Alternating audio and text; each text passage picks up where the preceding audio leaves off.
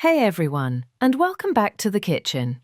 Today we're diving into a dessert that's ridiculously easy to make, incredibly delicious, and has that perfect balance of creamy, rich, and slightly bitter notes from matcha.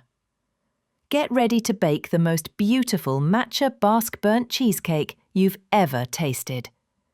This cake is famous for its rustic, burnt exterior and its impossibly creamy, almost custard-like interior.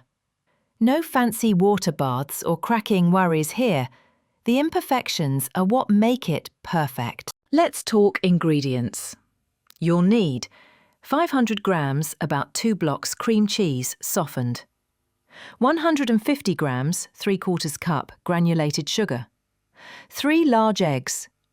250 milliliters, 1 cup, heavy cream. 10 grams, 1 tablespoon, matcha powder. Use ceremonial or culinary grade for best flavour. 10 grams, 1 tablespoon, all-purpose flour. A pinch of salt. And an 8-inch round springform pan lined with parchment paper. Don't be shy with the parchment. Let it hang over the sides. First things first.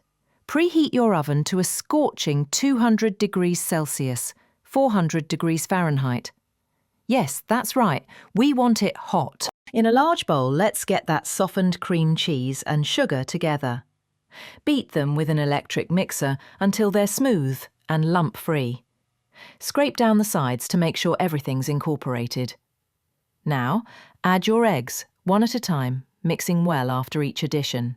Don't overmix, we just want them combined. In a separate small bowl, whisk your matcha powder with about a tablespoon or 2 of the heavy cream to create a smooth paste. This prevents any matcha lumps in our final batter.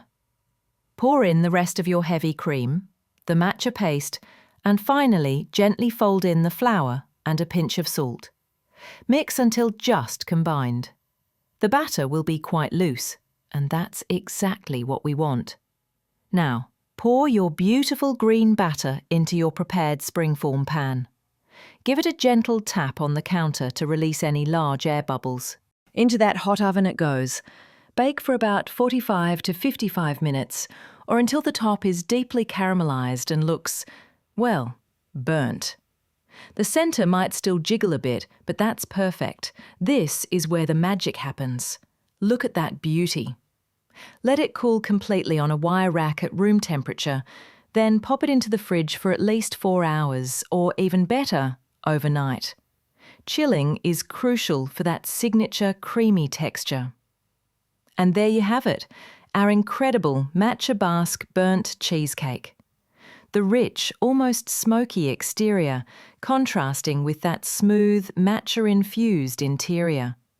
Every bite is pure bliss. This is perfect with a cup of tea or coffee, or just on its own. It's truly a showstopper dessert that's deceptively simple to make. If you loved this recipe, please give this video a thumbs up. Subscribe for more deliciousness, and let me know in the comments if you're going to try this matcha basque burnt cheesecake. Thanks for watching, and I'll see you in the next one. Happy baking!